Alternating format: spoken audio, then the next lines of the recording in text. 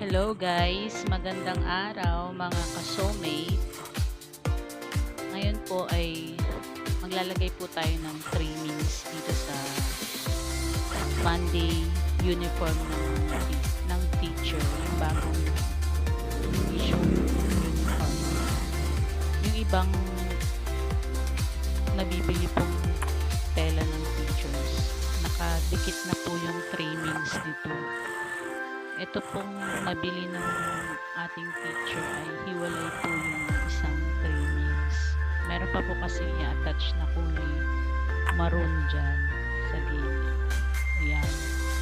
Yung iba po nakadikit na. Ito nakahiwalay. So, kailangan natin idikit siya. Magkadikit talaga siya para hindi siya walang puwang sa na nakikita. So, dire-diretso lang dikit.